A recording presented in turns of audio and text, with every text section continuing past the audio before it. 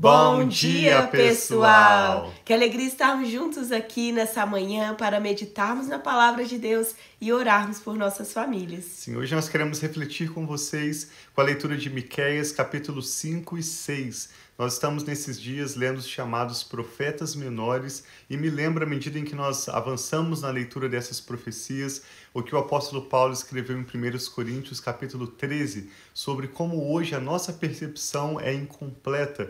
Ao falar sobre o amor, em 1 Coríntios 13, o apóstolo Paulo está falando do nosso amor uns pelos outros, mas especialmente do amor que vem de Deus por nós, um amor incompreensível, um amor sublime, mas ele diz que hoje nós vemos como através de um espelho, que naquela época era um pedaço de metal polido e a imagem era tão imperfeita, mas ele dizia, um dia nós o veremos face a face. Que maravilha pensar nesse dia em que nós vamos conhecer a Deus, não apenas o seu coração revelado através das Escrituras, mas encontrar o nosso Senhor face a face. Ele diz que hoje nós conhecemos parcialmente, há tanto que nós não compreendemos, há tanto que está fora do nosso alcance, mas um dia nós conheceremos plenamente, assim como plenamente nós somos conhecidos.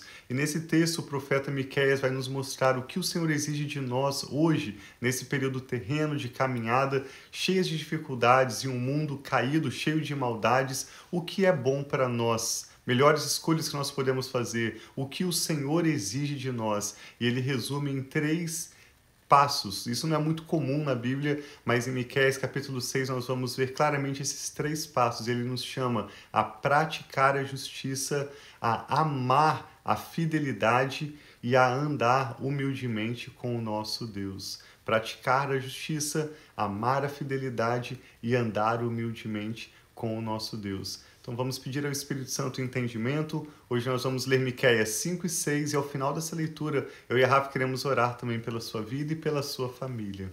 Vamos orar então, pedindo ao Espírito Santo a falar conosco, a ministrar aos nossos corações nesse tempo devocional aqui que nós temos juntos.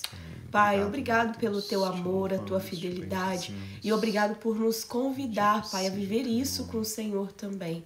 Nós colocamos diante de ti todo esse tempo devocional que nós vamos ter aqui juntos, pedindo, Pai, tenha liberdade de falar aos nossos corações, tenha liberdade de ministrar e de trazer ensinamentos e direção para cada um de nós. Nós queremos ouvir a tua voz e apresentamos a ti, consagramos a ti todo esse tempo. Em nome de Jesus, amém. Diz assim então, Miqueias capítulo 5. Reúna suas tropas, ó cidade das tropas, pois há um cerco contra nós. O líder de Israel será ferido na face com uma vara. E no texto original, capítulo 5, na verdade, inicia no verso 2. Bem conhecida profecia, também em meio a um contexto poético, profético, que talvez não compreendamos tudo, mas fica bem claro quando Miqueias 5:2 diz: Mas você, Belém Efrata, embora pequena entre os clãs de Judá, uma cidade praticamente insignificante, tão miúda, de você virá para mim aquele que será o governante sobre Israel.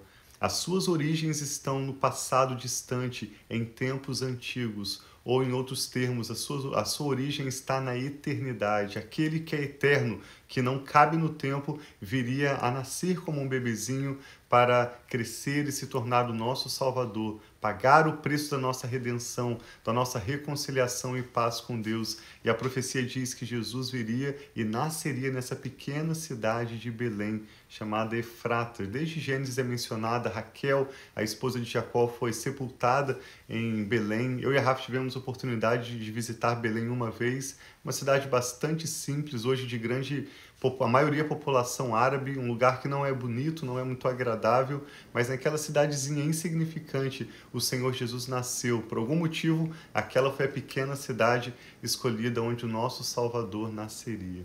Verso 3. Por isso, os israelitas serão abandonados, até que aquela que está em trabalho de parto dê à luz. Então, o restante dos irmãos do governante voltará para unir-se aos israelitas. Ele se estabelecerá e os pastoreará na força do Senhor, na majestade do nome do Senhor, o seu Deus. Eles viverão em segurança, pois a grandeza dele alcançará os confins da terra. Muito lindo quando fala que ele estabelecerá e pastoreará na força do Senhor, não é na sua própria força. E cada um de nós não vivemos a nossa própria força, nós vivemos na força do Senhor. E diz que na majestade do nome do Senhor, o seu Deus, eles viverão em segurança. Amém. Verso 5, ele será a nossa paz. Quando os assírios invadirem a nossa terra e marcharem sobre as nossas fortalezas, levantaremos contra eles 7 pastores, até 8 líderes escolhidos. Eles pastorearão a Assíria com a espada, e a terra de Nimrod com a espada empunhada. Eles nos livrarão quando os assírios invadirem a nossa terra e entrarem pelas nossas fronteiras. O remanescente de Jacó estará no meio de muitos povos, como orvalho da parte do Senhor, como aguaceiro sobre a relva, que não porá a sua esperança no homem, nem dependerá dos seres humanos. O remanescente de Jacó estará entre as nações, no meio de muitos povos, como um leão entre os animais da floresta, como um leão forte entre os rebanhos de ovelhas. Leão que ao atacar destroça e mutila a presa, sem que ninguém a possa livrar. A sua mão se levantará contra os seus adversários, e todos os seus inimigos serão destruídos. Naquele dia, declara o Senhor, matarei os cavalos de vocês e destruirei os seus carros de guerra. Destruirei também as cidades da sua terra e arrasarei todas as suas fortalezas. Acabarei com as suas obras de feitiçaria e vocês não farão mais adivinhações. E mais uma palavra de juízo, o Senhor está dizendo como ele disciplinaria e trataria o seu povo para os trazer dos caminhos distantes de volta para o caminho do Senhor. Destruirei do meio de vocês as suas imagens esculpidas e as suas colunas sagradas. Nunca mais vocês se curvarão diante da obra das suas mãos. Desarraigarei do meio de vocês os seus postes de Azerá e eliminarei as suas cidades. Com ira e indignação me vingarei das nações que não me obedeceram. Agora Miqueias 6. Ouçam o que diz o Senhor. Fiquem em pé. Defenda sua causa diante dos montes. Que as colinas ouçam o que você tem para dizer. Ouçam, ó montes, a acusação do Senhor. Escutem, alicerces eternos da terra. Pois o Senhor tem uma acusação contra o seu povo. Ele entra em juízo contra Israel. Meu povo, o que fiz contra você? Fui muito exigente? Responda-me. Eu o tirei do Egito e o redimi da terra da escravidão. Enviei Moisés, Arão e Miriam para conduzir você. Meu povo, lembre-se do que Balaque, rei de Moabe, tramou e do que Balaão, filho de Beor, respondeu. Recorde-se da viagem que você fez desde Sitim até Gilgal e reconheça que os atos do Senhor são justos. Mesmo quando o exército do faraó veio contra o povo do Senhor, ele, com uma mão poderosa, livrou o povo do Egito, fazendo passar meio ao mar por terra seca, e lhe deu uma terra prometida. Mesmo quando Balaão, aquele profeta, foi pago para amaldiçoar Israel, do alto do monte ele viu Israel lá embaixo, uma multidão, e ele abençoou. Ele disse, como eu posso amaldiçoar aquilo que Deus abençoou? Verso 6, Miqueias 6, 6. Com que eu poderia comparecer diante do Senhor e curvar-me diante do Deus exaltado? Deveria oferecer holocaustos de bezerros de 1 ano? Ficaria o Senhor satisfeito com milhares de carneiros, com 10.000 ribeiros de azeite? Devo oferecer o meu primogênito por causa da minha transgressão, o fruto do meu corpo por causa do pecado que cometi? Ele mostrou a você, ó homem, o que é bom e o que o Senhor exige de você. Como Tiago disse no início, na introdução, o que o Senhor exige de nós, o que o Senhor exige do seu povo. Pratique a justiça, ame a lealdade e ande humildemente com o seu Deus. Que linda. A palavra de Deus é tão preciosa. Nós vamos pausar aqui. Amanhã eu ler o capítulo 7. A gente vai ler também o finalzinho do capítulo 8.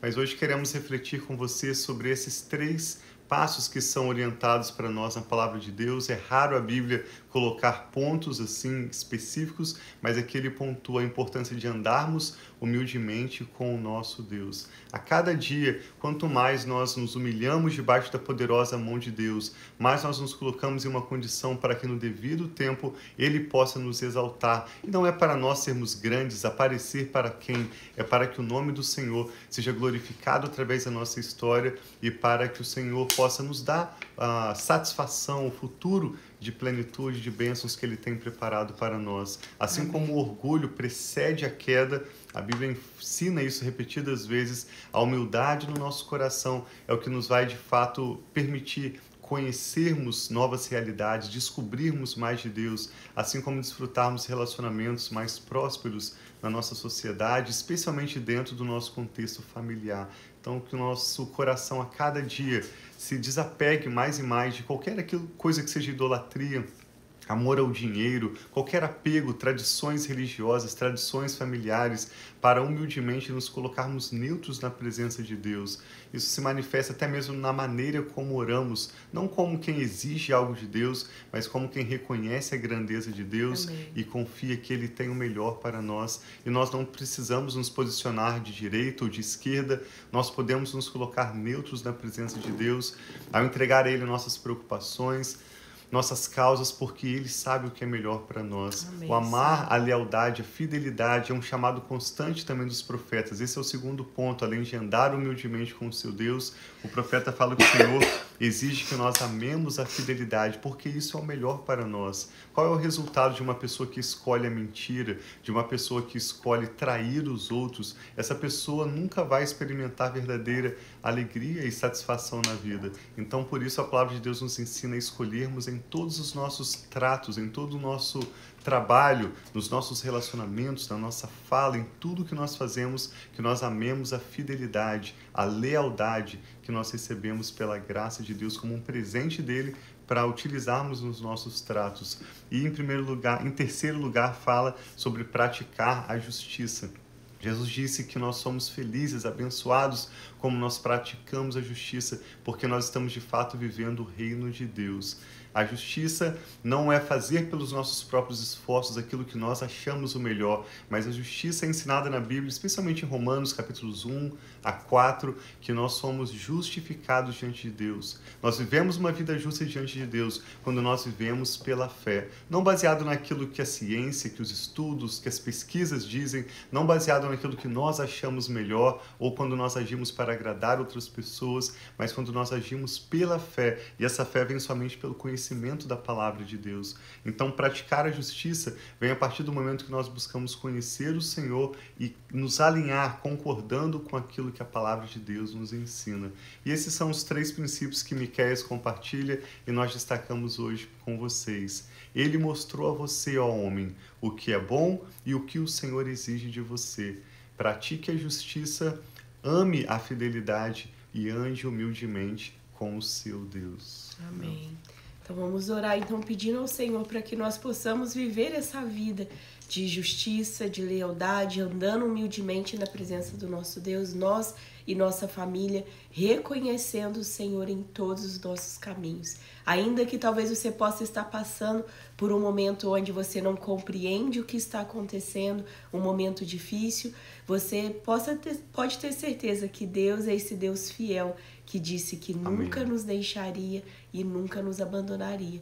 Então, que nós possamos continuar andando fielmente com o nosso Deus, praticando a justiça, amando a fidelidade e colocando em prática a palavra de Deus. Porque essas são as melhores escolhas, mesmo diante de situações que não compreendemos ou não concordamos. Que escolha melhor nós temos se não confiar na palavra de Deus, que é fiel, se não adorar a Deus, dedicar a nossa vida para glorificar a Deus? Como Pedro, que olhou para a pessoa de Jesus, já tendo conhecido Jesus por algum tempo, e falou: Senhor, para onde nós iremos? Como quem pergunta: que escolha eu posso fazer na minha vida? Eu tenho opções? Só o Senhor tem palavras de vida eterna. Amém. Vamos orar. Nós te damos graças, Pai, Sim, meu porque Pai. só o Senhor é Deus e não há outro além Não de há, Ti. Senhor, Não em nome apenas de nós não Jesus. temos muitas opções, não temos opções quanto a opção que o Senhor nos dá é boa, é agradável e é perfeita. Sim, Nós te meu louvamos Pai. porque, como lemos nesse texto, o Senhor é a nossa paz. O Sim, Senhor meu providenciou tudo de que necessitamos para a vida e para a piedade,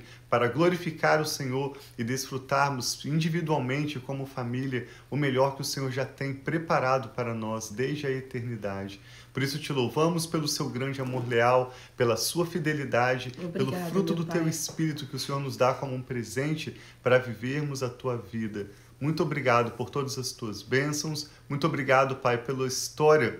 Podemos olhar para o passado e ver tantos milagres Sim, que o Senhor já realizou em nossas vidas, em nossa família. Sim, Obrigado meu Pai. pela Obrigada. tua bênção que nos enriquece e não acrescenta dores. Amém, Nós Senhor. recebemos tudo que o Senhor tem para nós e oramos nos apropriando dessa vida de justiça, de lealdade e de humildade na tua presença. Pedimos que o Senhor mesmo nos ajude a cada dia a caminharmos pelos teus caminhos, a trilharmos, Pai, o rumo que o Senhor tem para cada um de nós. Sim, Momento meu Pai. a momento, nos dê sabedoria, Pai, em cada escolha e decisão, em cada responsabilidade que temos diante de nós hoje. E nós sabemos que se nós fizermos a nossa parte, o Senhor certamente fará a sua. Amém, Nós clamamos pelos teus milagres, clamamos pela tua misericórdia, declarando a nossa completa dependência do Senhor. Repreende, meu Deus, tudo aquilo que é obra do inimigo contra as nossas vidas e famílias. Sim, Eu peço Pai, que o em Senhor nome dê de ordens Jesus. aos teus anjos a nosso respeito e que o Senhor paralise todo o poder das trevas, Sim, tudo que é Pai, enfermidade, paralisa em nome de tudo que é Jesus. escassez, tudo que é Sim, meu Pai, desespero, em nome nós de mandamos Jesus. fora do nosso caminho, Sim, em Pai, que nome assim do Senhor seja, em Jesus. nome de Tudo Jesus. aquilo que não provém do Senhor Deus para nós, nós mandamos fora do nosso caminho, Amém, Senhor, em em nome nome do de Senhor Jesus. E do Senhor recebemos paz. O Senhor é a nossa paz, Amém, tua Pai. provisão e o melhor que o Senhor já tem preparado para nós. Muito Declaramos obrigada. sobre a sua vida a bênção do Senhor, que enriquece e não acrescenta dores. Amém, Declaramos Pai. sobre a sua Recebemos vida da tua paz, a bênção, da tua shalom do presença. Senhor. Paz Tua que paz. excede todo entendimento humano. Guarde o seu coração, guarde a sua mente em Cristo Jesus.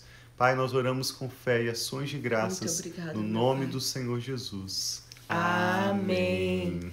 Então, que Deus abençoe Graças a muito o Deus. seu dia, sua família. Um Assim abraço para todos seja. vocês que estão online conosco. Deus abençoe a irmã Maria de Fátima, que pediu também. Nós vamos estar orando aqui pelos seus familiares. Irmã Maria de Fátima, que Deus abençoe cada um de vocês. Vocês podem continuar enviando os pedidos de oração. Eu e o Tiago, pessoalmente, temos orado pelos pedidos que têm chegado até nós e sabemos que Deus tem cuidado de nós. Sim, Deus abençoe muito a sua família. Tenha um ótimo dia. Nós amamos vocês. Um abração.